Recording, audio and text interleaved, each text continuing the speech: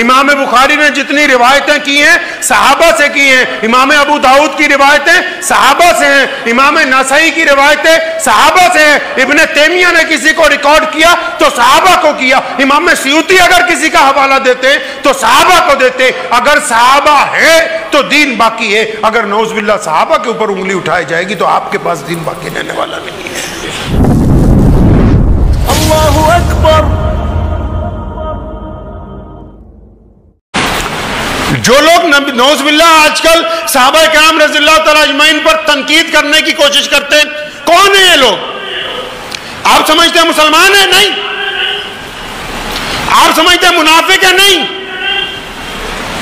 ارے یہ منافقوں سے بھی نیچے کے درجے کے مرتد ہیں، دشمن کے اعلی کار ہیں۔ کیوں؟ دنیا میں ایک طریقہ ہے کہ جب آپ کا کسی پر بس نہیں چلتا نا، جب آپ کا کسی پر بس نہیں چلتا کہ سامنے والے کسی بڑے آدمی کی آپ برائی کرنا چاہیں، آپ کا بس نہیں چلتا، ڈر لگتا ہے آپ کو، تو آپ پھر اس کو کچھ نہیں کہتے، اس کے دائیں بائیں دوستوں کی، رشتہ داروں کی، جاننے والوں کی برائیاں کرتے ہو۔ مقصد یہ ہوتا ہے کہ ان کو کمزور کریں گے تو پوری عمارت کمزور ہو جائے گی۔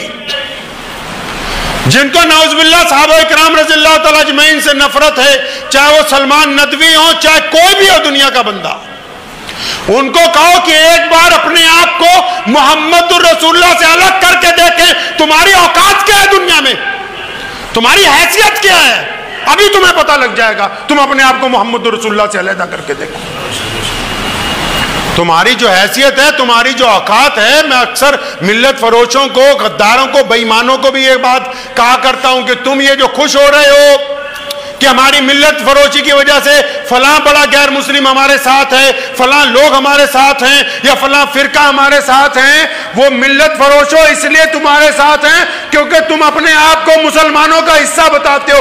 جس دن تم یہ کہو گے کہ ہمارا دین سے کوئی تعلق نہیں ہے، تب تمہیں تمہاری اوقات پتہ لگے گی۔ تمہاری پوچھ بھی اس وقت تک ہے جب تک تم اپنے آپ کو اسلام کا حصہ بتاتے ہو۔ اگر آپ اسلام کا حصہ نہیں ہوتے تو آپ کو کوئی نہ کہتا کہ تم کس کے خلاف کیا بکواس کرتے ہو۔ اور یاد رکھو، یہ بڑی قیمتی بات ہے، میرے والد صاحب رحمۃ اللہ علیہ سے میں نے متعدد مرتبہ سنا، صحابہ رضی اللہ تعالیٰ عنہ کی شان میں بھی، اہل اللہ کی شان میں بھی، ولی جو ہوتے ہیں اللہ کے ان کی شان میں بھی، جو بندہ بے ادبی کرتا ہے، نبی تو بہت بڑے مرتبے پر ہیں اور محمد رسول اللہ صلی اللہ علیہ وسلم تو چاند کی طرح ہے، کوئی اس طرف منہ کر کے تھوکنا چاہے گا تو واپس تھوک اس کے چہرے پہ آنے والا ہے۔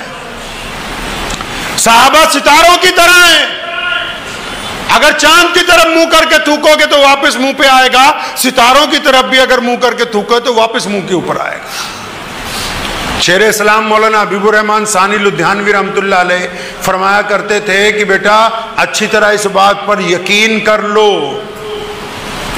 کہ جس کو نعوذ باللہ صحابہ کرام رضی اللہ تعالیٰ اجمعین پر تنقید کرنے کی عادت ہے، یا علماء حق پر تنقید کرنے کی عادت ہے، یا اللہ کے ولیوں پر تنقید کرنے کی عادت ہے، وہ 100% اس کا خون حلال کا نہیں ہے۔ جن رگوں میں حرام کا خون دوڑتا ہے بس وہی اہل بیت کے اور محمد رسول اللہ کے صحابہ کے خلاف بول سکتے ہیں۔ جن کی نسل حلال کی ہے، جن کے ماں باپ حلال کے ہیں، وہ کبھی رسول اللہ کے ساتھیوں کے خلاف نہیں بولیں گے۔ اگر یہ بات یقین نہ ہے میری اس بات پر تو سلمان میاں تم بھی اور جتنے اور بدبخت ہیں وہ بھی، آج کل تو سہولت دستیاب ہو گئی ہے، اپنا ڈی این اے ٹیسٹ کروا لو، 100% رقم حرام نکلو گے، کیونکہ جن رگوں میں حرام کا خون ہے وہ محمد رسول اللہ سے بغاوت کی بات کرتے ہیں۔ ورنہ جو دشمن بھی ہوتا ہے نا ہمارا، ہمارے سامنے جو آ کے لڑتا ہے، ہماری مخالفت میں لڑتا ہے، وہ کبھی بدتمیزی کی بات نہیں کرتا، وہ طاقت کے بل پہ لڑتا ہے۔ اور جو بدتمیزی اور غلاظت کی بات کرتے ہیں ان کی رگوں کے اندر جائز خون ہی نہیں ہے، اس لیے وہ گندی بات کرتے ہیں۔ وہ کہا نہیں کسی نے کہ دشمن بھی مجھ کو خاندانی چاہیے۔ اسلام نے آج تک جن سے مقابلہ کیا ہے، میدان جنگ میں جن لوگوں سے اسلام کی آج تک جنگیں رہی ہیں، جو ہماری سامنے کی صفوں میں موجود رہے ہیں، وہ بھی گھٹیا نسل کے نہیں تھے،